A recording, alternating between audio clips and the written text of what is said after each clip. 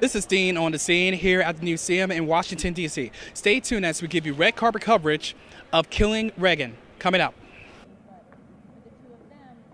Why do you want to retell the story 35 years later after the fact? Because they've never really been told. You know, we go in for the human, personal point of view, and we get news research, tell you new things, and it's fun to read. We meld the entertainment with the knowledge, the historical knowledge, and it's worked. Well, it's history, you know. We tell this piece of history like you might tell a story about the invasion of Normandy or the assassination of Lincoln. And really, I think what we show in this movie is how the assassination attempt on Reagan changed the presidency. And that in itself is very important. One of the things about it, it's a love story, really, was sort of our side of it, you know, I think. But the other thing to me was, the thing that Reagan said was work across the aisle, you know, work together to solve the problems of the people. And I don't see a lot of that getting done in Washington now. And it was one of the things that he said, if I can get 75% of what I want, why wouldn't I take that? Why wouldn't I compromise? Yeah. It's not all or nothing. It's not all about who gets credit. It's about let's get this done. Let's make peace with Gorbachev, you know? It's a very good book, and it should, I think a lot of people should see it just because of the historical effect and exactly what happened that day. It's a very emotional day for all of us in the Secret Service that happened. So, because so much has changed and so much hasn't changed. I mean, gun control was a problem then, and I think it's an issue now. I think mental illness was an issue then, and it's an even bigger issue now. You have guys doing the same thing that John did, a couple months ago, the Voice singer that was gunned down by a fan. It's the exact same thing is happening. So to just kind of get people re-looking at that and just really opening their eyes to stuff that's happening. How do you feel about the casting of the film? Well, I think they both give Emmy caliber performances, Matheson and Nixon. Kid who plays Hinckley is lights out too.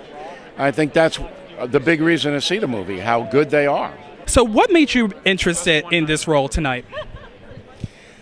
Well, I was a admirer of Ronald Reagan. I was an admirer of James Baker, and when I first read about the project, or when I first read the script for the project, it was something I was interested in being a part of. So I'm happy to be a part of it. Had a friend that thought I might be good for the part, and I did some research and watched some old videotape, and I went in for the audition and just for the exercise of it all. It was just it was an honor. It was an honor to play him. He's a man of great character and of great dignity, and I think that with what happened to him in that situation on that day with In Control here, which was not his intent at all, and the way that it was spun, I think it's just, I think you look back in history and you say, that's a shame.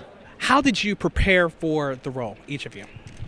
Well, we were total immersion in every book, and we would just constantly go, look what I read, and we would find tidbits about him and her, and you had so many more insights about him coming from Nancy's books.